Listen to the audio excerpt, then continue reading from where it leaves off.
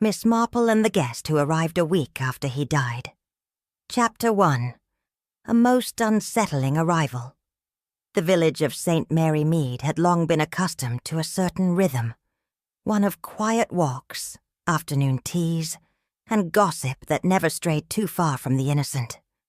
But on this particular morning, the usual murmurs of market prices and gardening mishaps had been replaced by something far more intriguing. It was Mrs. Bantry who first voiced what everyone had been whispering about. Sitting comfortably in Miss Marple's drawing room, she stirred her tea with exaggerated emphasis. "Well, Jane, you'll never believe it. Gerald Finch is back, staying at the White Hart of all places." Miss Marple looked up from her embroidery, a faint crease forming between her brows. "Gerald Finch," she repeated thoughtfully. "Yes, dear." "You remember. Retired solicitor, lived in London, used to summer in Bournemouth, kept to himself but always quite respectable." Miss Marple did indeed recall Mr. Finch, a quiet, methodical man with an unremarkable past. But there was one small issue with Mrs. Bantry's statement. "That is rather strange," Miss Marple said mildly, setting down her embroidery. "I could have sworn I read his obituary last week." A pause. The air in the room seemed to still for a moment. Mrs. Bantry laughed, though it came out more uncertain than amused. "Oh, Jane, you must be mistaken." But Miss Marple was rarely mistaken, and in that instant, the humdrum gossip of the village had shifted into something altogether different. A mystery. That evening, as Miss Marple sat by her small desk, she flipped through the neatly stacked newspapers set aside for kindling. There, in the obituaries, her eyes settled upon a familiar name. Gerald Finch. Died in London.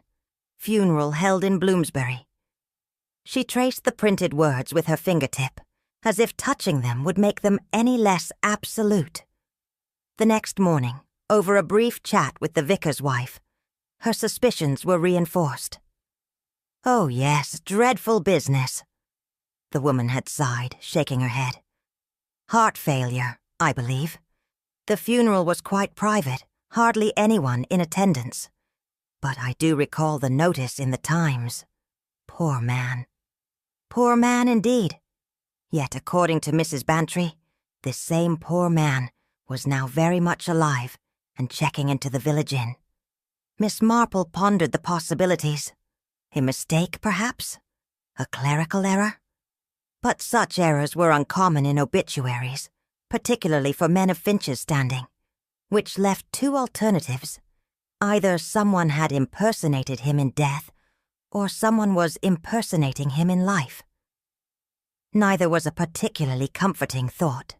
Deciding that a walk might clear her thoughts, Miss Marple took her usual afternoon route, one that just so happened to pass by the White Hart Inn. She did not stop. That would have been far too obvious. Instead, she took in the surroundings with an observant eye, slowing only slightly as she passed the broad front window.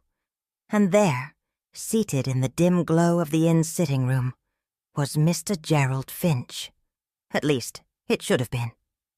The man bore his likeness, the same slight stoop, the same neatly parted hair. But there was something wrong.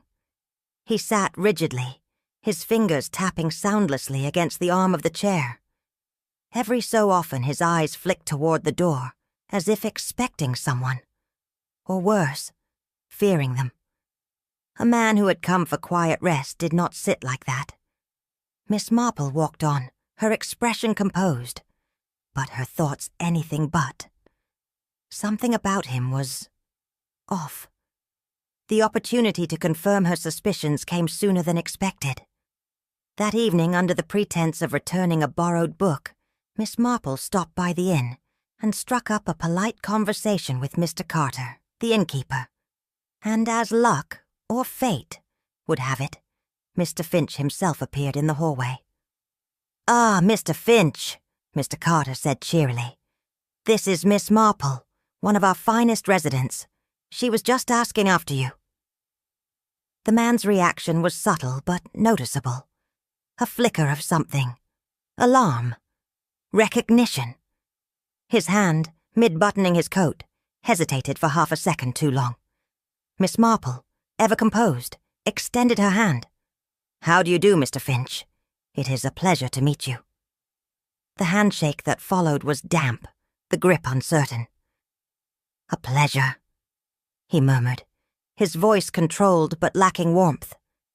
Miss Marple took note of his hesitancy, the way he tested each word as if measuring how they should sound. A man reacquainting himself with his own name, perhaps. He made an excuse and retreated quickly up the stairs. Miss Marple did not watch him go. There was no need. She had seen enough. Back in her cottage, Miss Marple sat by the fire, a faint crease of concern on her forehead. A man, once reported dead, had returned, but carried himself like a man afraid of being recognized. Was it simple coincidence? A mistake in identity? Or was it something much darker? She did not yet have the answers. But if there was one thing Miss Marple knew, it was that human nature was predictable, and no matter how carefully a secret was hidden, it always found its way to the surface. Miss Marple smiled to herself. This mystery was only just beginning. Chapter 2.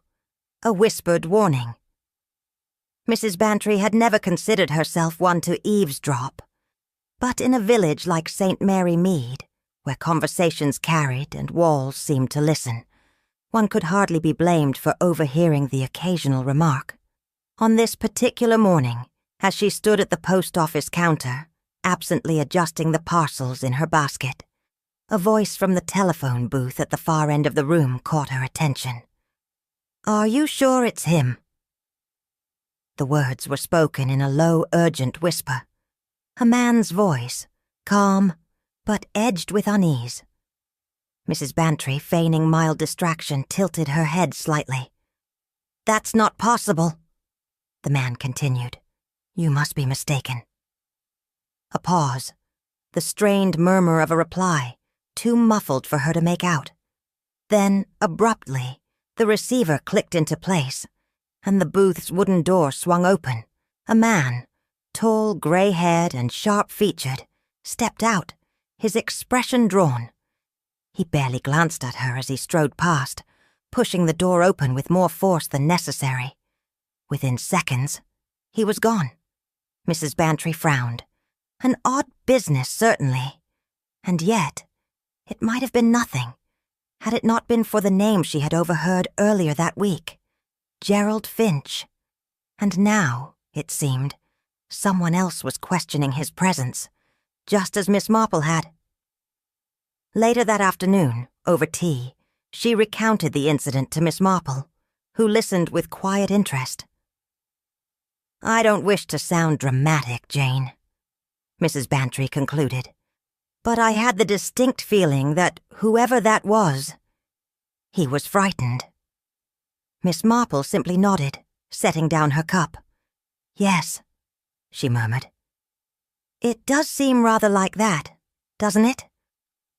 Later that day, Miss Marple paid a visit to the White Hart, under the comfortable guise of returning a borrowed book. Mr. Carter, the innkeeper, greeted her with his usual affable manner, his spectacles balanced precariously on the bridge of his nose. "Miss Marple, how very pleasant. Do sit down. Cup of tea." She accepted, engaging in polite conversation about the state of the flower beds and the unfortunate dampness of the season. Only after a suitable pause did she steer the talk toward Mr. Finch. "He must be quite the interesting guest," she remarked lightly. Mr. Carter hesitated, just for a fraction of a second. "A quiet sort," he said carefully. Miss Marple let the silence stretch. Few things were as effective as a well-placed pause. Sure enough, after a moment, Mr. Carter sighed, lowering his voice. "Between you and me, Miss Marple, I'd say the man is uneasy. insisted on a room at the back, didn't want any view of the street, and he hardly speaks to anyone, even takes his meals alone." "That is unusual," Miss Marple agreed. "Did he mention how long he intended to stay?" Mr. Carter wiped his spectacles, avoiding her gaze. "When I asked, he only said, 'I won't be here long.' And the way he said it—" He trailed off. Miss Marple prompted gently. "As though he were waiting for something." "Or avoiding something," Mr. Carter admitted. "He keeps his door locked at all times, carries his key with him, seems to be looking over his shoulder like a man expecting trouble." Miss Marple sipped her tea, thoughtful. "Mr. Carter," she said, "I do believe you may be right."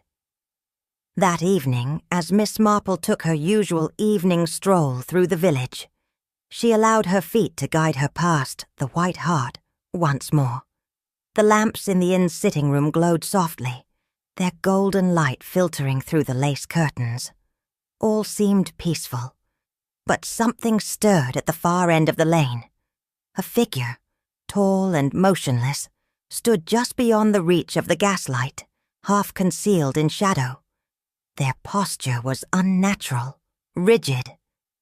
Miss Marple's gaze followed the angle of their stance. The figure was not merely loitering, they were watching Finch's window. She remained still, waiting. The figure did not move. Then, after a long moment, they turned abruptly and slipped away into the darkness of the narrow side street. Miss Marple continued walking at her usual pace, but her mind was racing. A man who had died now, living again. A voice on the telephone questioning whether he was truly who he claimed to be. A guest at the inn behaving like a hunted man. And now, in the dark, a silent observer. There were too many coincidences, and Miss Marple had never been one to believe in coincidences. Back in the quiet of her sitting room, Miss Marple considered the puzzle before her.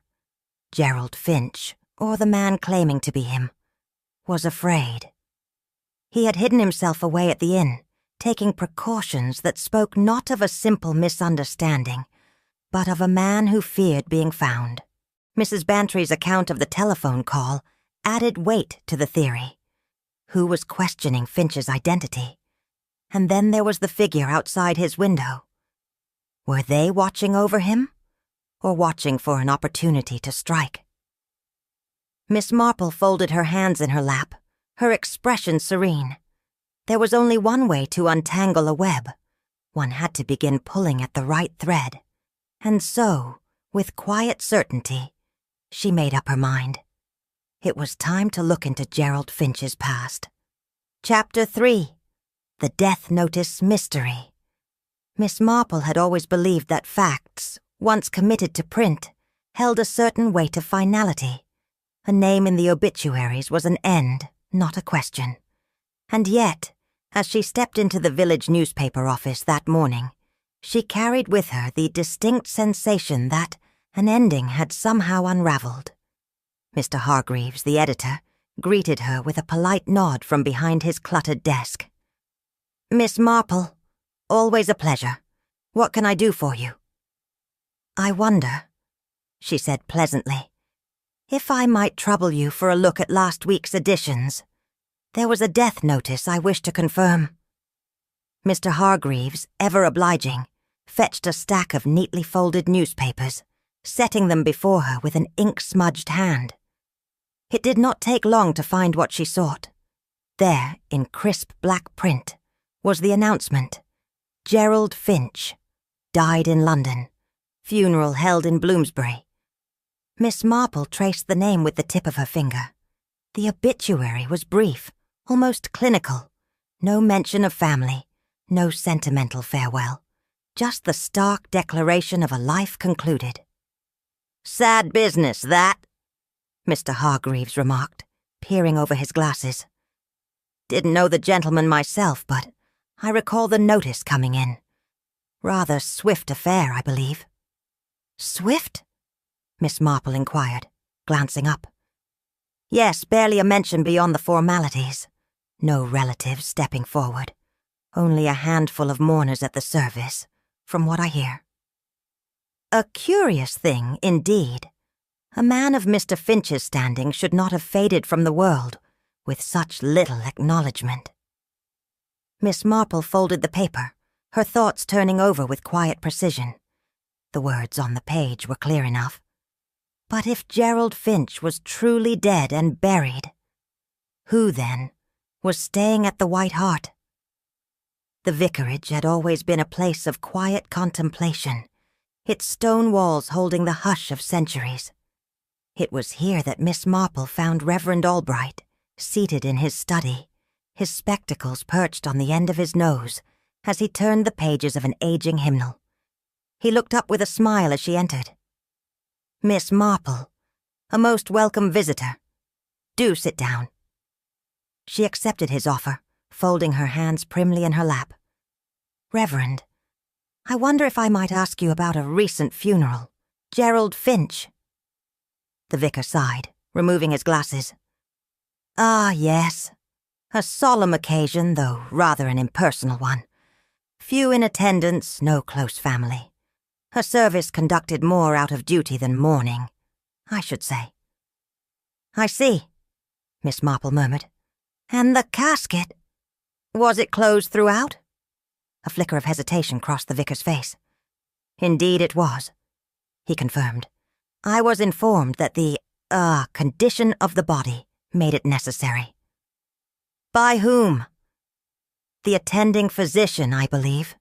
It was all arranged rather hastily. Miss Marple nodded thoughtfully.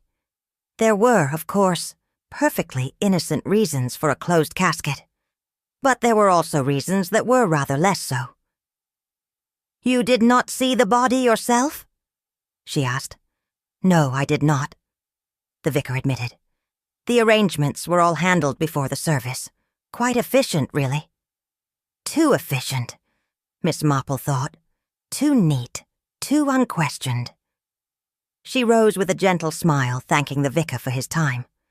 But as she stepped out into the brisk morning air, the thought settled firmly in her mind.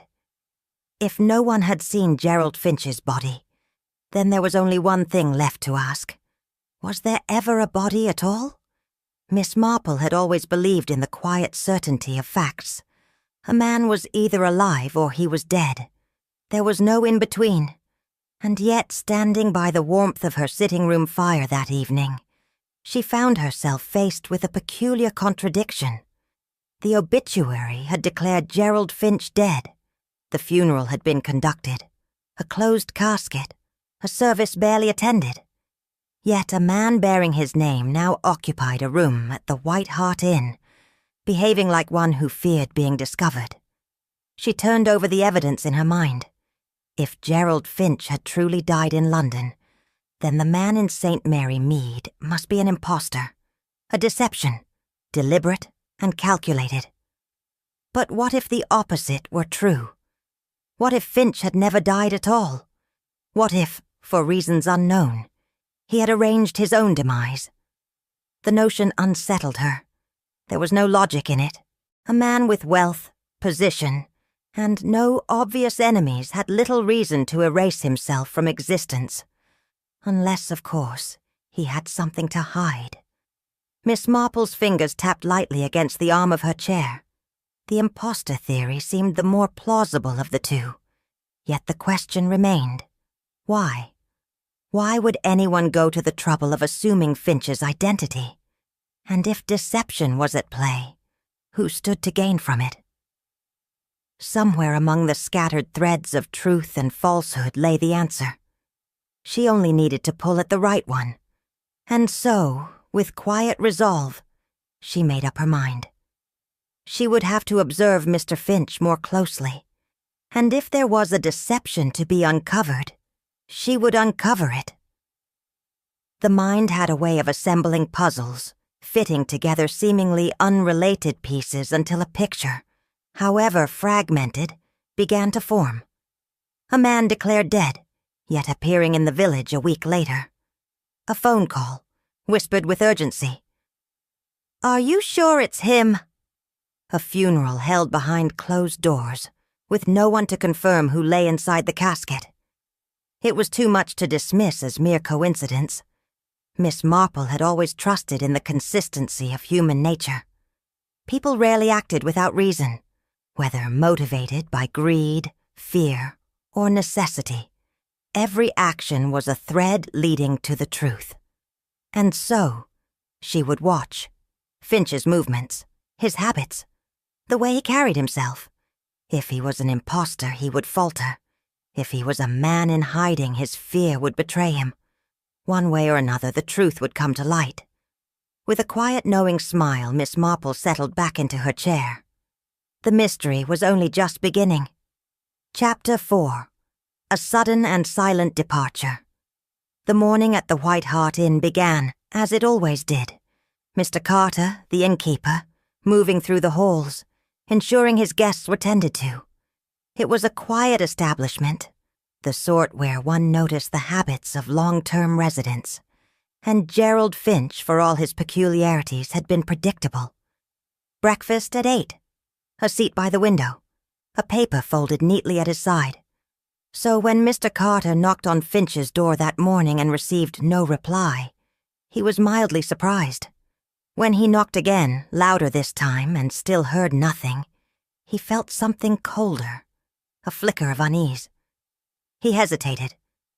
Then, with the authority of a man who had dealt with absent-minded guests before, he reached for his spare key and turned the lock. The room was empty. Not just empty. Wrong. The bed was unmade, the wardrobe gaping open, its contents stripped away. The suitcase, which had sat neatly beside the dresser the night before, was gone. So was the coat draped over the chair. The room bore all the marks of a guest who had checked out in a hurry. And yet, on the small table near the window, a porcelain teacup sat, half filled, the liquid inside still faintly steaming. Mr. Carter stared at it, his grip tightening on the doorknob. A man who had left in such haste would not have paused for tea. Something was very wrong. Miss Marple arrived at the inn not long after. The village had a way of passing news quickly, and an unexpected disappearance was not the sort of thing that remained quiet for long. Mr. Carter, flustered, led her up to the now empty room. "Strangest thing, Miss Marple," he muttered. "Gone without a word, but left in a hurry. No doubt about that." Miss Marple did not reply immediately. Her eyes moved across the room with quiet efficiency, taking in the details. The disorder, the untouched bed, the half-empty cup. Then something caught her attention. By the open window, a single black glove lay abandoned on the sill. She stepped closer, reaching for it carefully. The fabric was smooth, the fingertips slightly stiff, and there, smeared across the palm, was a dark stain. "Ink," she murmured. "Ink?" Mr. Carter frowned. "Odd place for that, wouldn't you say?" Miss Marple turned the glove over in her hands. It could have been nothing. A misplaced item, an unfortunate spill. And yet, her instincts told her otherwise. A glove left so deliberately, a window wide open, though the air was still brisk with the morning chill. Had Finch fled? Or had he been forced to leave? Miss Marple placed the glove back where she had found it, a thoughtful expression settling over her features. One way or another, the answer was in that ink, and she intended to find out what it meant. Miss Marple stood beside Mr. Carter at the inn's front desk, watching as he flipped through the guest register with practiced ease. The pages were lined with familiar names: travelers, businessmen, the occasional honeymooning couple. And then, at the bottom of the most recent entries, was the name they sought: Gerald Finch. The ink had dried, but the signature itself was peculiar. The letters, once firm and deliberate on his arrival, were now unsteady, the strokes uneven, the shape of the letters subtly different. Miss Marple studied it for a long moment, her sharp eyes taking in every detail. "You see it too, don't you?" Mr. Carter muttered, leaning closer. "Yes," she murmured. "Either the man who signed in was not the same one who left, or he was in no state to sign his own name. A forgery? Or had Finch, if it was indeed Finch, been forced to sign in a hurry, under duress?" The answer, whatever it was, did not sit easily with her. Something had gone terribly wrong. Miss Marple did not have to wait long for further confirmation. By mid-morning the village constable arrived, his expression unusually grim. "I thought you'd like to know, Miss Marple," he began. "Finch's residence in London, completely emptied, nothing left but bare walls." "Cleared out?" Mr. Carter asked, brows raised. "More than that," the constable replied. "No furniture, no records, no sign he ever lived there at all." Miss Marple folded her hands in her lap, her mind working through the implications. A man vanished overnight, a home wiped clean of his existence. Whoever had orchestrated this had been meticulous. This was not a case of a man running away. This was the deliberate erasure of a life, and whoever was behind it had gone to great lengths to ensure Gerald Finch, real or otherwise, would never be found. Chapter 5. The Woman in Black. The village churchyard, quiet and solemn in the early morning light, had always been a place of contemplation. The old stones bore names long faded by time, each marking a story now completed. It was here, as Miss Marple passed along the narrow path, that she first noticed the woman. She stood alone, clad in mourning black, her posture stiff with sorrow. Her gloved fingers clutched a small, time-worn locket, and her gaze lingered over a particular headstone, not fresh, but not yet aged. Miss Marple, ever attuned to human nature, did not disturb her. Instead, she observed, the woman's mourning was real. That much was certain. This was no casual visitor, no distant acquaintance paying a perfunctory tribute. There was grief in the set of her shoulders, in the way she reached absent-mindedly to touch the locket, as if drawing strength from whatever memory lay within. Miss Marple had long believed that people rarely lingered without cause, and given the peculiar circumstances surrounding Gerald Finch, she suspected this woman's presence was no coincidence. She approached gently, her voice carrying the warmth of quiet understanding. "A loss can weigh heavily on the heart," she said softly. The woman startled slightly, as though shaken from her thoughts. She turned, her eyes, red-rimmed but sharp, meeting Miss Marple's with a flicker of hesitation. "Yes," she murmured, "it can—" Miss Marple, ever perceptive, waited. She knew the weight of silence, how it invited confidences more easily than pressing questions. At last, the woman exhaled, the faintest tremor in her breath. "My name is Eleanor Finch," she said. "Gerald Finch was my brother." Miss Marple inclined her head, neither surprised nor confirming too quickly. "I understand," she said. "I hadn't seen him in years," Eleanor continued, her voice laced with regret. "We had our differences, but I was there when he was buried. I saw the coffin lowered into the ground." Miss Marple did not rush to correct her, though the words sat uneasily in light of recent events. Instead, she chose her next question with care. "Forgive me," she said gently. "But did you see him, my dear? Before the service?" Eleanor hesitated. "No," she admitted. "The casket was closed. The doctors said it was best that way. He had been," she faltered, "unwell." A polite phrase, Miss Marple thought, for something much more deliberate. "But you were certain it was him?" "Of course," Eleanor said quickly, but there was something in her tone, something defensive, a woman reaffirming a belief rather than a certainty. Miss Marple studied her with quiet sympathy. "You must have loved him very much," she said. Eleanor's expression wavered. "I wish I had known him better," she whispered. And with that, Miss Marple understood. A sister convinced she had buried her brother.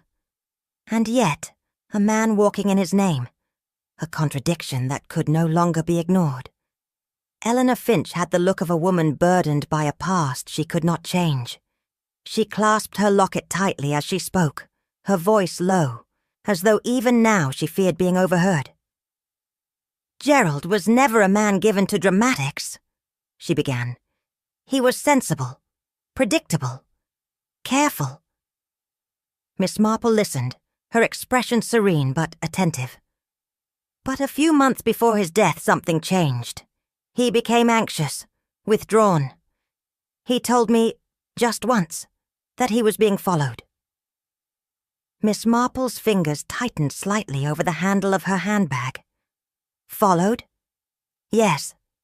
He wouldn't say by whom, but he was certain of it. He thought someone was watching him, waiting." Miss Marple nodded encouragingly, allowing the silence to draw out the rest. "He told me he knew something he wished he didn't," Eleanor continued, "and that if anything happened to him, well, he never finished that sentence." A quiet chill settled between them. "You believed him?" Miss Marple asked gently. Eleanor hesitated. "At the time, I thought he was imagining things. But now—" She exhaled sharply. "Now, I wonder." Miss Marple tapped a thoughtful finger against her handbag. If Gerald Finch truly feared for his life, then two questions remain. Was his fear justified? And if so, did someone ensure that fear became reality?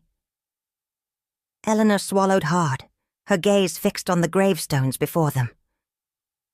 "I thought I buried my brother, Miss Marple," she whispered, "but now I don't know what to think." Later that evening, Miss Marple sat by her fireplace, her mind sifting through the tangled threads of the case. A man declared dead, but never seen in death. A guest at the inn who bore his name, only to vanish without a trace. A sister who had dismissed his fears, until it was too late. And above all, a single lingering question. What had Gerald Finch known that made him a target? Miss Marple had solved many mysteries in her time, but this one was different. This was not a crime of passion, nor a crime of greed. At least, not in any ordinary sense. This was something deeper, a secret that someone had wanted buried. But secrets had a way of surfacing. And with quiet determination, Miss Marple resolved to find out exactly what Gerald Finch had feared. Because in the end, the truth was always there. One simply had to know where to look. Chapter 6. The Stranger in the Photograph. The photograph lay between them on the table, its edges curled slightly with age. Eleanor Finch smoothed her fingers over the worn surface, her expression unreadable. "This was taken years ago," she murmured. "Gerald never liked having his picture taken, but this one, it was different. He looked—" She hesitated. "Stronger. More certain of himself." Miss Marple peered at the image with quiet concentration. The man captured in the faded sepia tones was indeed familiar. The same high forehead, the same sharp cheekbones. But there were differences. The man in the photograph wore a neatly trimmed mustache, his posture self-assured, his gaze steady. Not at all like the nervous, fidgeting man she had glimpsed at the White Hart. "You see it, don't you?" Eleanor asked. Miss Marple nodded slowly. "Yes, my dear. A resemblance, certainly, but not a perfect one." She tapped a delicate finger against the photograph surface. "Confidence is not something one loses so easily. And yet, the man at the inn was watching over his shoulder, expecting something, or someone. I do not think they are the same person. Eleanor's breath caught. Then who was staying at the inn? Miss Marple did not answer immediately, but deep in her mind, a new and troubling possibility was beginning to take shape. Eleanor's hands trembled slightly as she set the heavy ledger down, its leather cover worn smooth with age. Gerald kept records of everything, she explained. Case notes, personal dealings, even old receipts. He was meticulous. Miss Marple opened the book carefully, scanning the handwritten pages. A solicitor's notes, precise, methodical. Nothing seemed out of place. Until... Here, Eleanor whispered, pointing.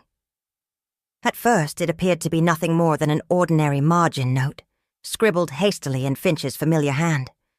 But as Miss Marple leaned in, the words became chillingly clear. If anything happens, find Eleanor. The answer lies in the will. The silence between them was heavy. He knew, Eleanor said softly. He knew something was going to happen to him. Miss Marple closed the ledger gently, her expression grave. A will, she murmured. That would suggest a motive, would it not? Eleanor swallowed hard. But what could be in it that was worth killing over? Miss Marple glanced once more at the note. That, my dear, she said quietly, is what we must now find out.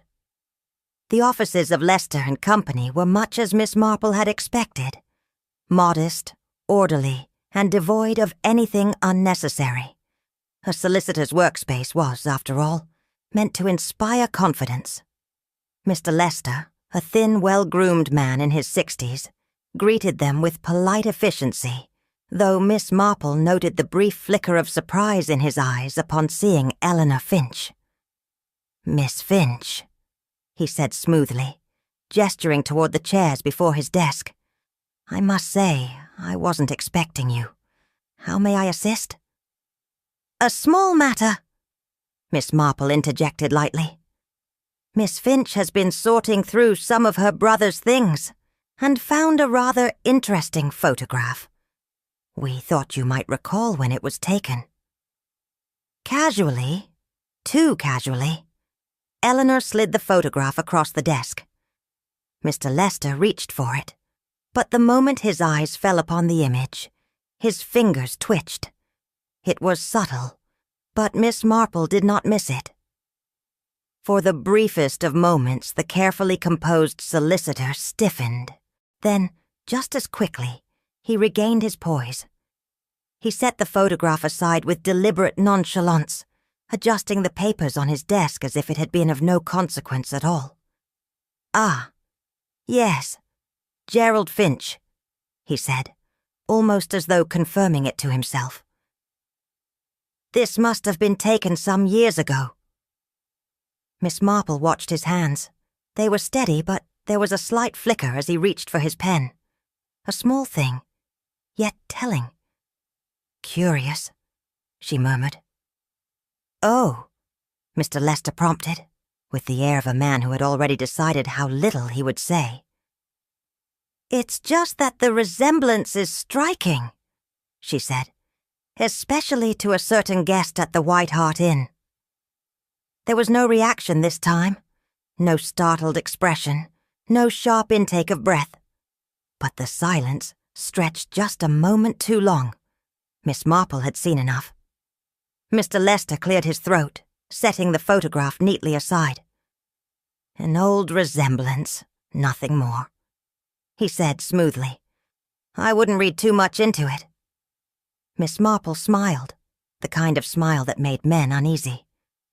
Of course, she said pleasantly. But inside she was certain. The photograph had unsettled him. That much was clear. But more importantly, he had made no effort to deny its implications, only to brush them aside. Gerald Finch's fears, the hidden message in his ledger. And now, a solicitor too skilled in maintaining composure to let his true reaction show. All of it pointed to the same thing: the will. "I do believe, Eleanor," Miss Marple said as they stepped outside, "that it is time we discovered exactly what your brother left behind." And with that, the next step of the mystery became clear. Chapter 7: A Deception Unraveled. Miss Marple had always believed that mysteries were like knitting, each stitch connected, forming a pattern that only became clear when one took a step back. And now, at last, the pattern had revealed itself. The man at the White Hart Inn was not Gerald Finch. That much was now undeniable. The photograph had confirmed it. The nervous behavior, the altered signature, the ink-stained glove. Each was a thread leading to the same conclusion. Gerald Finch was not in hiding. He was not living in fear. He was dead. Someone had taken his place, not to disappear, but to be seen. To walk in Gerald Finch's shoes just long enough to complete a deception. Miss Marple considered the facts. If Finch had truly been a threat to someone, if he had known something dangerous, then it stood to reason that his knowledge had cost him his life. And yet, the man at the inn had not acted like a killer in hiding. He had acted like a man playing a role, waiting for something. Waiting for what? And then she saw it, the missing piece that had eluded her until now. He was waiting for control. Control of Finch's name, his wealth, his affairs. The man at the inn had never intended to be Gerald Finch forever. He only needed to be him long enough to take everything Finch had left behind. Miss Marple's mind worked quickly, fitting together the final pieces of the deception. The imposter's plan had been a clever one. He had no desire to live as Gerald Finch indefinitely, only to pose as him long enough to legally claim his fortune. And once Finch's assets were secured, the man would vanish. The erasure of Finch's London residence had not been an act of panic. It had been calculated. A life wiped clean, just as another was being carefully constructed. The real Gerald Finch had been eliminated, and in his place, a double had stepped in. One who could sign documents, settle affairs, and in time, legally inherit Finch's wealth. But something had gone wrong. Had Miss Marple's quiet interference unsettled the plan? Or had there been another factor at play, someone else pulling the strings? A scheme this intricate was rarely executed alone. Someone had aided the deception. Someone had orchestrated it. And now, with Finch's false double gone, only one question remained. Who stood to gain from Gerald Finch's death? Miss Marple folded her hands in her lap, her expression serene but determined. She would have her answer soon enough. There were few things more revealing than a change in a man's will, especially when that man ended up dead. Miss Marple and Eleanor Finch sat in the dimly lit office of Mr. Lester, the solicitor, whose usually composed demeanor was beginning to fray at the edges. He had prided himself on discretion, on keeping the affairs of his clients neatly in order. But today, his hands fidgeted with the papers before him, his usually smooth voice carrying an uncharacteristic hesitation. "You must understand," he began. "A solicitor is bound by confidentiality." Miss Marple offered a gentle smile. "Oh, of course, Mr. Lester," she said. No one would expect otherwise. Her words were polite, but her expression was expectant. Mr. Lester hesitated for only a moment longer before sighing and adjusting his spectacles. "It is true," he admitted. "Gerald Finch recently made amendments to his will. A rather abrupt decision, I must say." Eleanor leaned forward. "Who did he name as the new beneficiary?"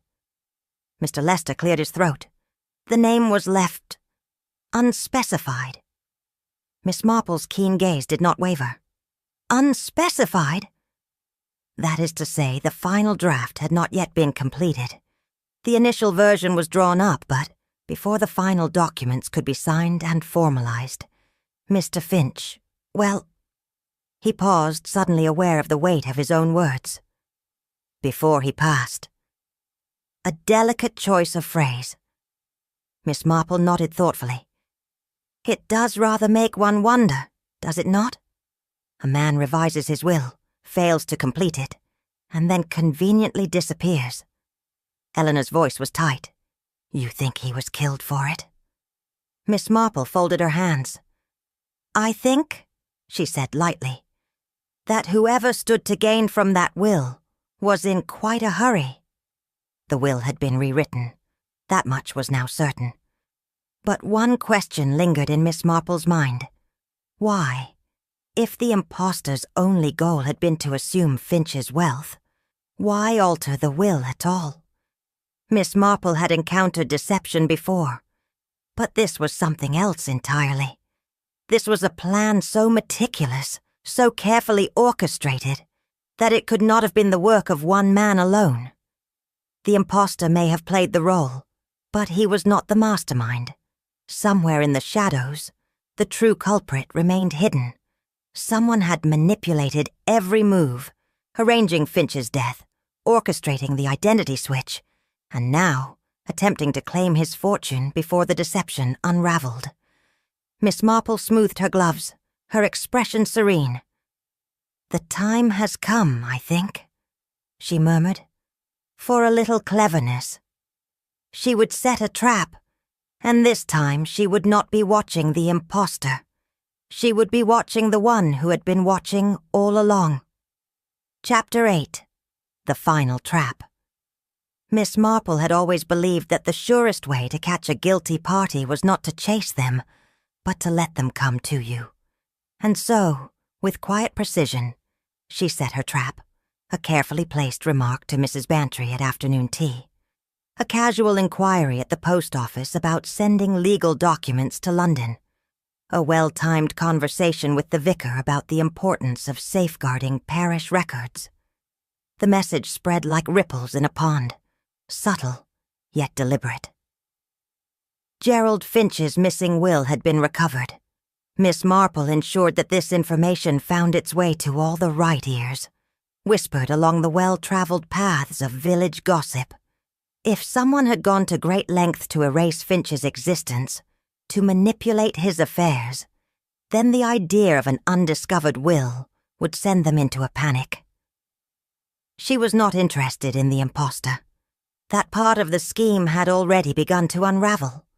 No, what she wanted was the mastermind, the true architect of Finch's disappearance. She knew, with absolute certainty, that whoever had orchestrated this deception would not sit idly by. They would act, and when they did, she would be waiting.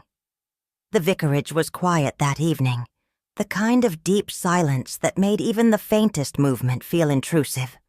A single lamp glowed in the study, casting long shadows over the wooden desk. Miss Marple sat comfortably in a chair by the fireplace, her knitting resting in her lap, though her hands remained still. Across from her, the village constable checked his watch, suppressing a yawn. "Are you certain someone will come, Miss Marple?" he whispered. She did not answer immediately.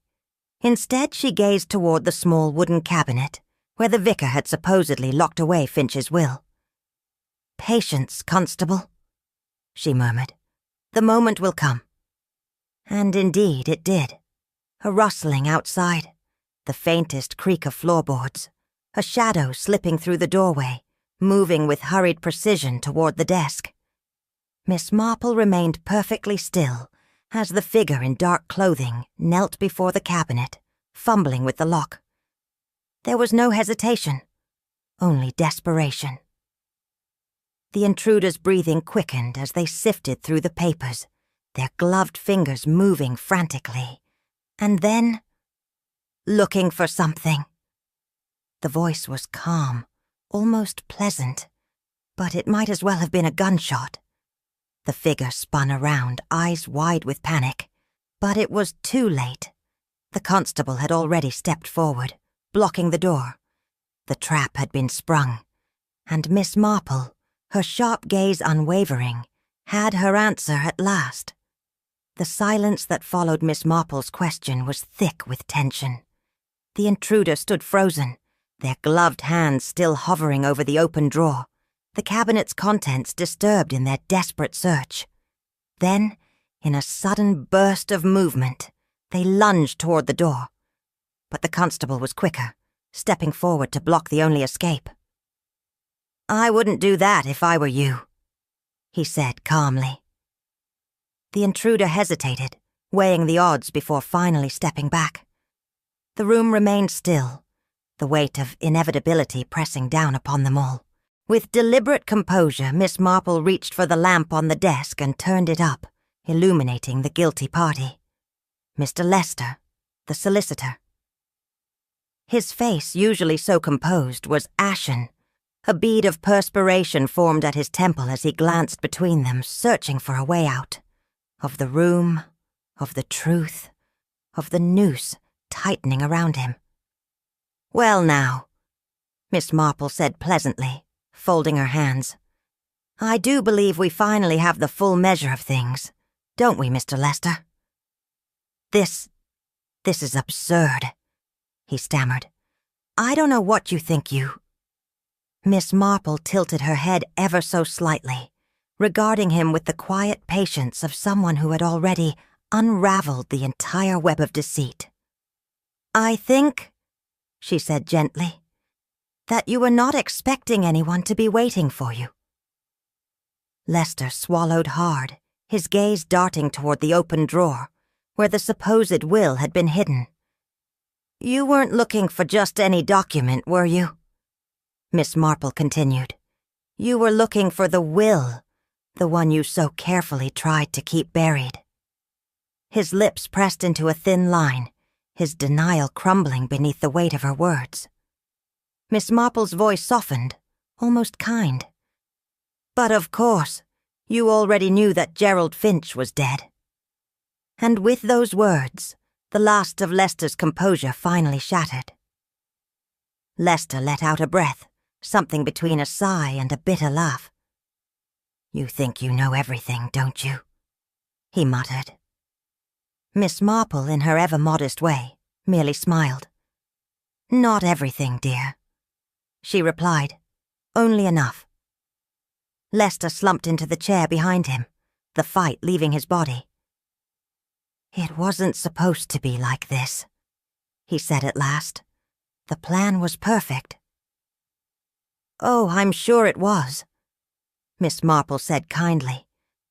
"Gerald Finch's fortune waiting to be claimed, once his identity had been carefully replaced.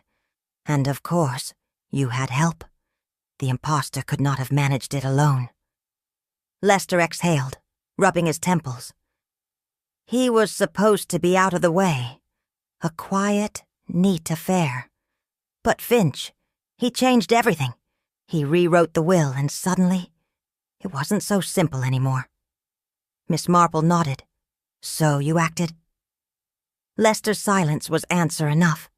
The constable stepped forward, placing a firm hand on Lester's shoulder. "It's over, Mr. Lester."